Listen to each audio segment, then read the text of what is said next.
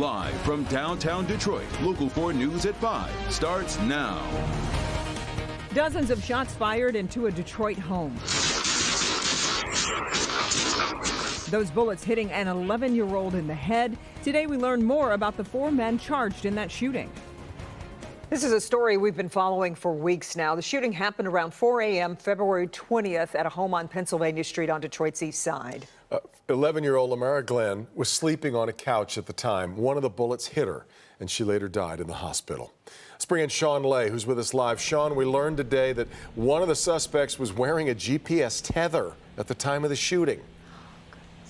Devin, let's talk about that. That came out during a preliminary exam today. You know, DPD investigators worked around the clock to get the people responsible for firing those shots into the home, killing that 11-year-old girl. As you say, one of them was wearing a tether that traced, the tether itself traced right to the front of the home. More about that in a second, but first, we're seeing video of that shooting for the very first time. Take a look. The Ring doorbell camera footage is so alarming, so disturbing, we can only show you a moment of it. But this is Ring doorbell camera video of 4 men now charged with firing shot after shot into a home on Pennsylvania on Detroit's east side, 4 a.m. February 20th. Behind the door, inside in a room, sleeping on a couch, 11-year-old Lamara Glenn. She was shot in her head and later died. Today, a preliminary exam for one of the 4 men charged with Lamara's murder, 19-year-old Nasir Levant Garrett.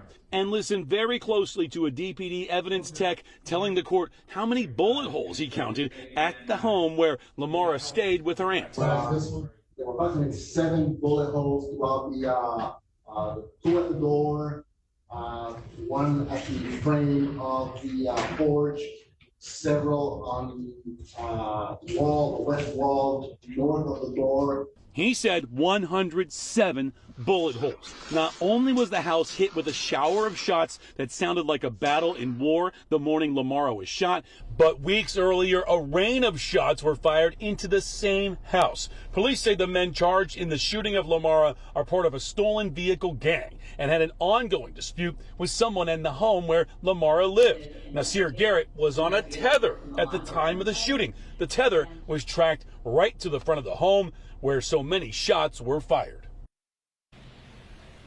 Back here live, Garrett's attorney bringing up the fact that the tether may have had a ping there, traced right to the front of the home, but it didn't really exactly place his whole body there. So he said the defense of Garrett may have been the tether fell off and someone else picked it up. That was flat out rejected, as you might expect, by Judge Kenneth King. He was moved on. Garrett was to face trial against Garrett for the shooting of 11-year-old. Just an awful situation, guys. And status, Sean, the status of the 3 other men. There are 3 others. They had exams scheduled today. They all waived, so they didn't get into the evidence of the situation. So they're all also go right to trial in circuit court. All right, Sean.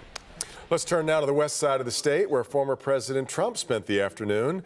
Donald Trump in Grand Rapids to speak to Kent County Republicans today. Damon Fernandez has been following this story for us today. Damon, immigration shaping up to be a huge issue for voters. Yeah, you know, Mr. Trump's visit to Grand Rapids is being praised by supporters and criticized by people who believe he's using a young woman's recent murder for political gain.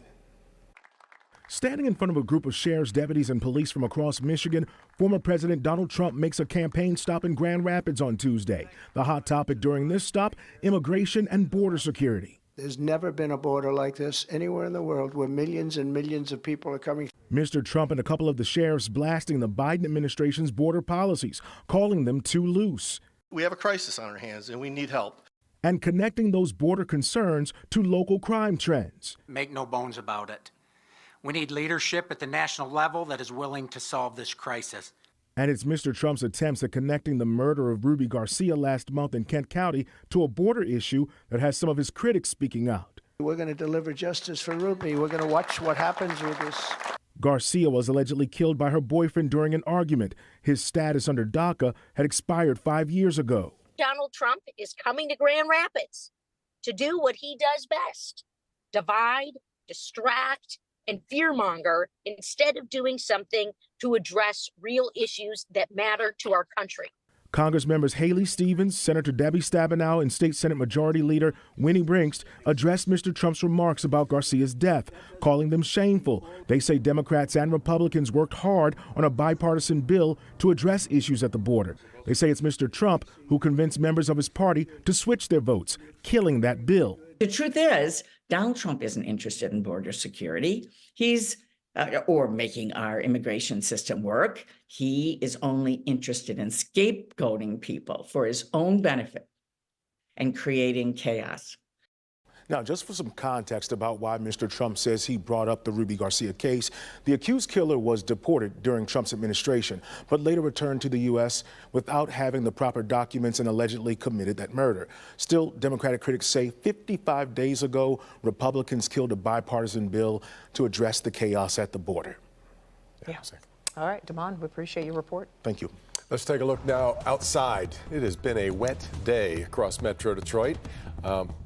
Might want to make a trip somewhere warmer, somewhere sunnier. Some people have. Yeah, that's why break, we're looking at the airport, just because there are some folks heading that way. But it's been raining on and off all day. Looking like this rain, though, won't be stopping anytime soon. Kim Adams joins us now. Kim, we could see some thunderstorms out of it, too, tonight. We could. The heaviest will be down to our south and the strongest. Isn't it nice when you're flying, though, and you take off in that, and like 5 minutes later, you pop up above the clouds, and it's like beautiful. The sunshine comes in. It's the best feeling. Not the best feeling, though, for folks coming back from spring break, leaving the sunshine and landing here today, as we do have rain and a lot of clouds out there, and that will continue to, the rain will continue until at least about midnight or so tonight in most areas. So as we look at the clouds and radar, you can see that back out to the west, that's snow. At least we don't have that to deal with, but we do have some showers, the heaviest of which are right now over Lake Michigan and then down to our south. It's going to be a rough, bumpy night tonight. If you tune in, hopefully you will tonight at 10 and 11, I'll likely be talking about tornadoes and severe weather in parts of central Ohio, as they have a pretty high risk of some really rough storms tonight. We are just clipped. We're on the fringe of it. In fact, it's even been trimmed back further from yesterday. The SPC Storm Prediction Center has now just placed Monroe down to the Ohio border under a marginal risk. We're not expecting widespread severe weather here tonight. Could see a few flurries, and I'll have a look at your opening day forecast coming up. Okay, Kim, turning now to some sad news we learned today. Legendary Michigan political activist and poet John Sinclair passed away this morning at the age of 82. Sinclair, known for his efforts to promote local writers, his support for the civil rights movement, and also his push to legalize marijuana. Victor Williams live with more on this. Victor, a lot of folks feeling a big loss here in the community. Yeah, that's right, Devin and Kimberly. This man will truly be missed. He has seen and fought for so much over the course of his life. He was anti-commercial to the core, if you will, and just believed in equality and peace. Marijuana activist, poet, and overall Detroit legend John Sinclair has passed away. He and attorney Matthew Abel worked together on passing Proposition 1 to legalize cannabis in Michigan. I think John would like to be remembered as a poet and a musician, someone who wasn't afraid to go against the grain and to not do what was popular, but to do what was right. The 82-year-old Flint native spent most of his life advocating for the rights of marijuana users and basic civil rights for minorities. At one point, he was the leader of the Radical White Panthers. John was able to insert himself, if you will, into the black community back when very few white people did that. A man can get 12 years in prison for the possession of marijuana. One of the biggest influences, however, came from the many notable celebrities often dedicating their work to him and his cause, including John Lennon. This song I wrote for John Sinclair. Sinclair died on April the 2nd in Detroit, receiving hospital from an apparent case of congested heart failure. Decades ago, prior to marijuana becoming legal anywhere in the U.S., 2 joints led to the incarceration of Sinclair back in the 1960s, which fueled his passion for cannabis rights, which would later lead to the inception of the Hash Bash. And that is just a couple of days away here. So I'm sure this Hash Bash will be quite a remembrance and a memorial to John. And we are sure that it will. We know that Mr. Sinclair leaves behind 2 daughters as well as a granddaughter. Victor Williams, Local 4. Okay, Victor, thank you. 3 men now under arrest for stealing several cars around the Metro Detroit area. Brandon Blackshear, Dwayne Crutchfield, and Demetrius Winkfield were arrested in Allen Park while in a stolen vehicle from Northfield Township. 2 handguns were found on 2 of the men. All 3 now face several felonies associated with the thefts. All are due back in court later this month. The World Central Kitchen charity has paused critical humanitarian operations in Gaza after an Israeli strike killed 7 of its workers. The White House calling the strike heartbreaking while encouraging Israel to investigate what happened. In the Gaza Strip today, tragedy, global outrage, and growing demands for answers after an Israeli airstrike killed 7 aid workers from the U.S.-based charity World Central Kitchen as they were leaving a food warehouse in clearly marked vehicles.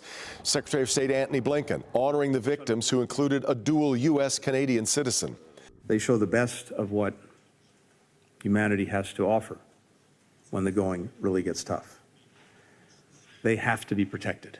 Israeli Prime Minister Benjamin Netanyahu acknowledging his country's forces had unintentionally hit innocent people. He's promising a full review. Among the dead, British, Polish, and Palestinian citizens. Hey, this is And an experienced Australian aid worker who spoke on MSNBC last year about World Central Kitchen's mission. We're laser focused on overcoming every obstacle. World Central Kitchen founder, Chef Jose Andres, called the victims angels, adding, the local government needs to stop this indiscriminate killing, stop using food as a weapon. His organization, the first to bring desperately needed food into Gaza by sea, now forced to pause its operations, a spiraling crisis putting pressure on the Biden administration. And the United States cannot continue to be complicit in the horror that is taking place there. As the White House plays defense over its support for Israel. That doesn't mean that it's a free pass, that we look the other way when something like this happens. Promising to hold the Israeli government accountable for protecting aid workers and allowing supplies in to civilians on the verge of famine. By the way, the White House is also calling for the results of Israel's investigation into that airstrike to be released publicly. 39 straight drawings and still no Powerball jackpot winner. No one matched all numbers in last night's drawing, meaning the grand prize now stands at an estimated $1.09 billion. There were 6 players who managed to match the first 5 numbers, getting them $1 million each. The next drawing is tomorrow night, and as always, we'll show you the winning numbers on Local 4 News at 11.